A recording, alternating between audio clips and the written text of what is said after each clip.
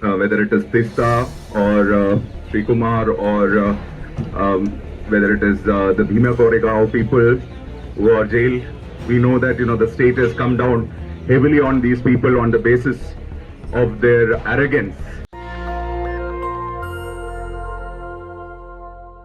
Whether it is Dastak or Sri Kumar or whether it is the Bhima Koregaon people who are jailed.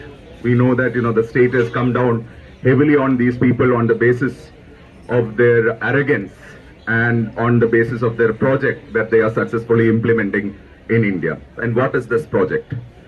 Of course, we thought there will be a movement and we all will rise in rage against this kind of blatant manipulation of the constitution and the state machinery. But the truth is that we are all reduced to this kind of corner meetings. The truth is that our own resistance is always minimal in the wake of the kind of upsurge or the arrogance that we get from the state. But at the same time, I want to identify, without going into details, I want to identify two crucial aspects of what we are facing. One is the question of complicity. The second is the question of passivity. Where are we in terms of these two frameworks? In terms of these two frameworks, if you try to understand what is happening around us, I think the complicity is no longer passive. The complicity is active. The complicity on the part of the state machinery, on the part of the judiciary, on the part of the executive is so blatantly active that we need to call it out for what it is. It is the subversion of Indian Constitution. It is the subversion of the basic values and spirit of Indian Constitution.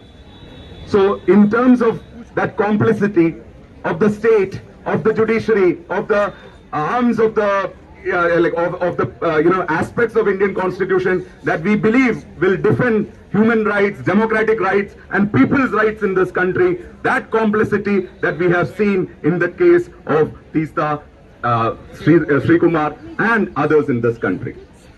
That is one thing. Second is the question of our own passivity. What we do when we are facing this kind of onslaught, this kind of blatant misuse of the basic democratic provisions, basic human rights provisions of our own constitution. Are we not passive? Are we not giving them a message that whatever will happen, of course we will organize and try to raise our voice against it, but we will not counter the mass movement that fascism has become in terms of its reciprocal other, that our resistance should also be a mass movement. Are we ready to work towards that goal? If we are trying to fight fascism, which is an organized form and which has also captured the state from within, it is no longer a siege, it is already a capitulation, it is already a capture that we are witnessing. The state has been taken over by the fascists through their mass movement. And what can be the forces of resistance? The forces of resistance, in my basic understanding and basic reading of fascism and resistance movement, that the counter resistance has to be a mass movement as well.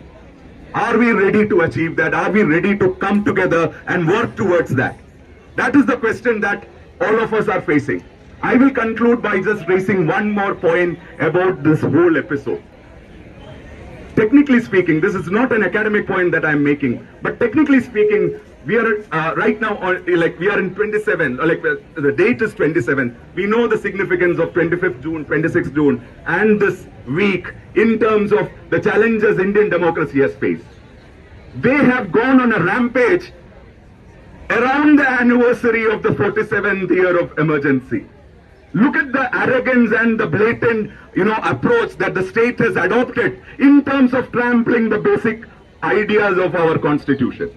And we are facing that onslaught. And when we are facing that onslaught, these kind of minor aspects also have some significance in my understanding. The way they are trying to excise any references to emergency in school textbooks. You have to understand that RSS, which tried its best in the 1940s and 50s to make India a majoritarian religious state, failed miserably. But they got legitimacy precisely after the emergency movement. I come from a part in India where Some RSS activists, of course a minority, but they were also jailed in, like by the Congress government in 1975 and in 1977. The whole legitimacy of the RSS project gained from the emergency that we witnessed, and the democracy had to fight that. Now they are using that. They are removing any kind of references to emergency from the school textbooks. They are ready to scuttle the basic aspects of Indian Constitution around the anniversary of emergency.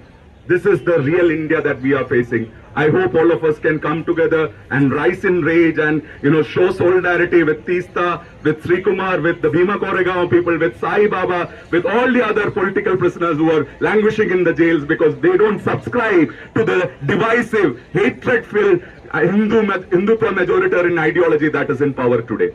I hope all of us will continue to fight this good battle. Thank you. Inqilab Zindabad. Jai. National Dastak की आपसे गुजारिश है कि अगर इसको बचाना चाहते हैं तो नेशनल दस्तक को सब्सक्राइब करने के लिए रेड कलर के सब्सक्राइब बटन को दबाएं, फिर बेल आइकन की घंटी दबाएं।